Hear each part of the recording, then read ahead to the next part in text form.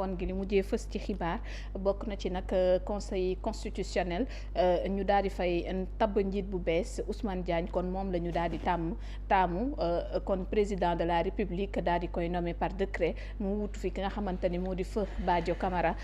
kon ci njiital conseil constitutionnel Ousmane Diagne nekkoon ancien garde des Sceaux moom kon la ñu tabb ngir daal mu yeggali liggéey bi. alors choix bi président de la république def ci Ousmane Diagne ak dikkam ci fële ca conseil constitutionnel yow lan moo ci sa appréciation. bon appréciation balaa d'abord appréciation comme ni ma ko defee léegi ci sëñ Cheikh Saliou rek Mamadou Badio Camara ñaan yàlla xare ko àjjana jégal ko ay bàkkaaram yokkul leeram parce que ak lu ñu mënti wax aussi pense que am na loo xam ne bañal na ko Sénégal te bu ñu ñëwee toog lañ ko commencé xam mais yu bëri bu fekkonte ne bu mu installé wul Diomaye rek la fi jógee mënoon naa am ñu dëkkal ko feneen te pourtant dox nañ ba gis lu bëri loo xam ne bañ na ko te mosul wax ak ñun mais xam nañ exactement lan la doon bañ. donc kooku wax dëgg bu fi jógee ñu koy remplacer tey dama koy ñaanal yàlla xare ko àjjana jégal ko ay bàkkaaram di ko jaale ay mbokkam yëpp di ko jaale waa Sénégal di ko jaale ñi nga xam ne ñooy waa conseil constitutionnel. les 5 juges qui étaient là-bas je pense. donc di leen ko jaale ñoom ñëpp Ousmane Diagne mi aussi doog a toog yàlla na ko yàlla saxal foofu. lu yàgg di ko jaale moom tamit. président nag bu mu defee nomination bi je pense que man la ko defal. parce que man je n'arrivais pas à supporter une passation de service entre Yacine Fall madame Crocodile et Ousmane Diagne. je pense que loolu man bu ma gisee loolu je ne savais pas d'abord qui est Yacine Fall fan la jàngee Yacine lan la ainsi de suite on l'a vu au ministère des affaires étrangères de façon très chaotique. mu jóge affaires étrangères dem au niveau de la justice nekkee fa loo xam ne franchement da ngay ndax maara day taali donc une passation de service ma gis ñuy dindi un magistrat émérite comme Ousmane Diagne un homme courageux aussi parce que li may wax rek gis nga la justice les lois elles sont là mais il faut être courageux pour les appliquer gis nga Ousmane Diagne bu ñu ko tegee ministre de la justice garde des Sceaux dafa toog diggi assemblée nationale ne képp ku yaakaar ne di nga jaar ci man pour def loo xam ne yoon santaanewu ko sa moromu sénégalais yaa ngi nax sa bopp du ma ko defal kenn du bi may doog a tàmbale il y a 37 ans je pense de cela tey ma taxaw fii assemblée du tey laa koy defal nit du mës a am donc c'est l'autorité qui boo xam ne mu ngi doon liggéey ak président mais il a eu le courage au moment où il le fallait pour wax waa Pastef que ne wax Ousmane Sonko en personne que moom nekkul autorité politique bu ñuy dicter ay affaire jàppal diw jàppal kii sans se référer à la loi mu koy def je pense un homme aussi brave que ça man j'attendais pas mu quitter ci gouvernement bi bi mu quitter j'attendais kan moo ko war a remplacer sur la magistrature un homme à la trempe de Ousmane Diagne ma gis c'était Yacine Fall ça m'a fait trop mal waaw naqari woon na ma trop de président nag yàlla def tey mu andiwaat ko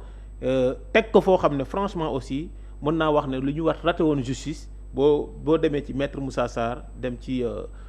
tey Ousmane Diagne je pense que li nga xam ne raté woon nañ ko ci justice ñu ngi ko commencé rattraper ndànk-ndànk avec des hommes de valeur yoo xam ne ils savent dire non fi ñu ko war a waxee kañ ko war a wax te kenn du leen yóbbaale ci loo xam ne mën naa yàq réew mi surtout ñu violer leen affaire loi pour defi loo xam ne affaire politique la mosu ko nangu ba wàcc nekkul ministre tey nekk président du conseil constitutionnel képp kuy Sénégalais na nga ne alhamdulilah. lan nga jàpp moo waral président tam def choix bi ndax bu ñu fàttalikoo ci gouvernement am la nekkoon ñu limogé ko wax na rappelé nga léegi keneen wuutu ko fa mais tey à la tête du conseil constitutionnel ndax gis nañ ni ay décisions yu mujj yu bari yoo xamante ni conseil boobu moom moo amal acte bi ba ci révision bi nga xamante ni mujj na tey spécifiquement ndax da nga jàpp ni dafa am leneen loo xamante ni war nañ fa relever ba président def choix bi. bon le choix qu'il a fait je pense que au début bi mu koy génnee dafa doon déglu Sonko dafa dugal président ci ay erreurs yu bëri rocceeku mu ngi commencé ndànk-ndànk nag di naan président yow la ba koy naan sax Mbàkke xam naa dinañ ci ñëw incha allah naan ko yow xanaa gisoo urgence nawet baa ngi ñëw te pourtant mu ngi nekkoon nag président di def tooxi doona yoo xam ne day yàqal Sénégal mu ngi commencé def loo xam ne mu ngi bëgg a dugal président ne ko yow la man bokkuma ci te moom moo nekkoon acteur principal bi muy taxaw di naan Ousmane Diagne autorité politique nga su ma la nee jàppal da ngaa war a jàpp su ma la nee bàyyil da ngaa war a bàyyi di wax di coow ci kaw gouvernement ba dem ci président ne ko kat ñii nga fal bëgg naa liggéey mën naa liggéey waaye ñii mënuma ànd ak ñoom ñooñu bokkoon na ci Abdourahmane Diouf bokkoon na ministre de l'intérieur bokkoon na ci ministre bi nga xam ne moom moo nekk ministre de la justice. ñetti ministres yooyu da leen ciblé woon wax ne Abdourahmane dafa def ay détournement xam ay surfacturation dal ci kaw ministre de l'intérieur ne xamoon ni policiers yi dañuy def ak dugg na fii génn fii dal ci kaw ministre de la justice. Le président comme bëggoon na Diomaye kii Sonko liggéey tax wax dëgg ñoom ñoo Sonko ñoo ànd te mu ngi doon sàmm coloré ak digganteem ak Sonko bëgg Sonko liggéey mu daal di aménager Sonko bi gouvernement bi ni ko Sonko bëggee mooy le gouvernement Sonko 2. da ko defaral gouvernement wu boppam bëgguloon Abdourahmane Diouf dugg nag mais quant à Diomaye comme xam ne Abdourahmane sonn na ci affaire yi mu ngi woon ci coalition bi mu daal di koy randal parce que fa mu ko jëlee domaine am la mais environnement du domaine Abdourahmane Diouf mais quand même jéngu na fa par tous les moyens c'est un intellectuel cadre la docteur la alors ñu jógee foofu noonu Ousmane Sonko ne il faut mu am ay nitam Diomaye il s'est sacrifié génne le général Jean-Baptiste Tine te man j'attends la nomination du général Jean-Baptiste Tine xaw ma fan lay ne mais j'attends sa nomination j'attendais aussi la nomination de Ousmane Diagne même bu ñu nee day annoncer gouvernement man j'attendais que Ousmane Diagne revenir vers ce ministère mais comme jaar na foofu noonu te xam nag ñu teg fa ku mel ni maître Moussa Sarr c'est exceptionnel c'est bien maintenant quant à Ousmane Diagne c'est que personne ne pense parce que Ousmane Sonko dafa taxaw ne du utiliser assemblée pour yàq gouvernement bi du liggéey du ko def moom moo toogal boppam wax ko mu jógaat encore di menacer ci ay motion de censure président ne la damay def révision constitutionnelle mu jógaat ne day def révision constitutionnelle bëgg a nekkee benn guéguerre boo xam ne maanaam amul fulla amul fayda taxul Sénégal dem di doxee noo xam ne baaxul écoutez on met quelqu'un koo xam ne président sax bu ko yóbbu woon loo xam ne du noonu moom du hésiter ne président li nga ma jox nii du noonu xam nga li ma la Ousmane Diagne wax na la dëgg assemblée la taxaw ne man je ne suis pas quelqu'un bu may démarrer ba tey jii 37 ans sama carrière dinaa def loo xam ne yoon santaane ko defal ko nit pour mu dal ci kaw moromu doomu aadama wala ma defal ko nit pour mu neex du ma sa am je resterai impartial même au conseil constitutionnel kay mun nañu yaakaar ni nii ñu tàmbalee ak décision yi ñu gis noonu la ñuy wéy di tàmbalee évidemment nii décision du question sax décision yi ñuy kii di de mais dalay wóor na Ousmane Diagne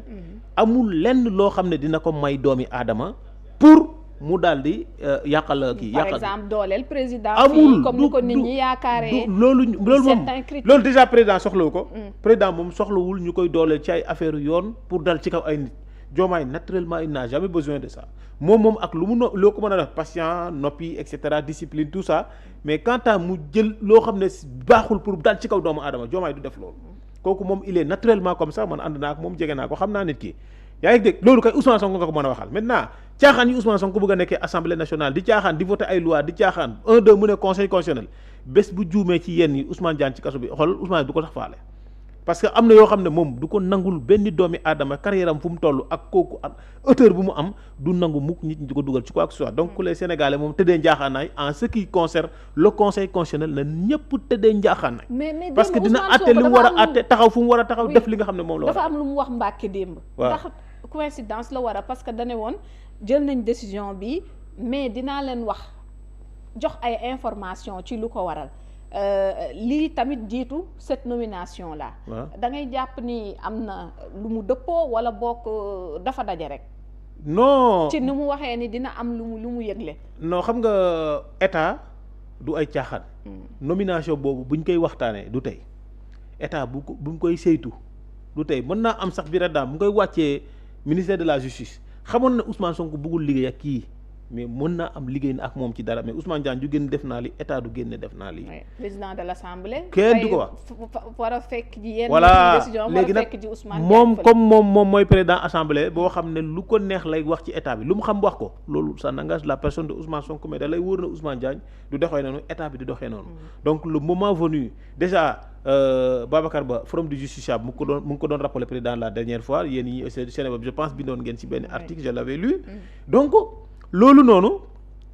aussi président da ko waroon def on ne peut pas rester depuis lors amuñu président conseil constitutionnel mais qui devait être un président constitutionnel boo xam ne les manœuvres là malsaines de Pastef genre yi Ousmane Sonko di def ak ñi mu àndal wax yeeg jëf yeeg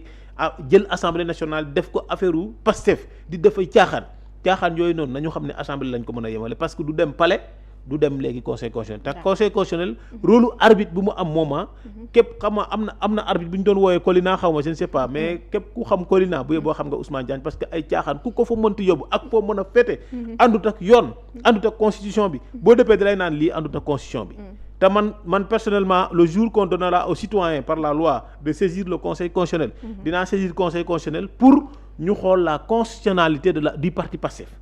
la composition du parti Pastef qui est contraire à la constitution. ah oui loolu dinañ ci ñëwaat. waaw loolu moom dinaa ko bind. non jarul sax ñëwaat il suffit de lire l'article premier de la constitution et la composition de Pastef nga xam ne li constitution bi wax Pastef. yow lan mooy sa problème ci composition bu la composition non. bëgguma ñu def digression. voilà non l'article premier dafa ne les citoyens sont égaux devant la loi. il n'y a pas de distinction de race de religion de sexe et cetera dans Pastef dafa am mouvement doomu daara mouvement national doomu daara am mouvement national doomu chrétien. ki nekk chrétien mënut a jiite daara bi ki nekk daara mënut a jiite chrétien il y a une distinction de religion. loolu c'est interdit par l'article 1er de la constitution résultat ce parti doit être dissous. point et c'est la constitution du xalaat du dara il suffit de lire l'article 1er de la constitution et de lire la composition de Pastef. nga tas ko. yow bés bu amee man je vais écrire Ousmane Diagne pour mu wax président mu tas Pastef. alors jërëjëf ci point boobu nga xamante ni. moom lañ jagleel la nomination du nouveau donc président du conseil constitutionnel mu Ousmane Diagne dañuy ñëw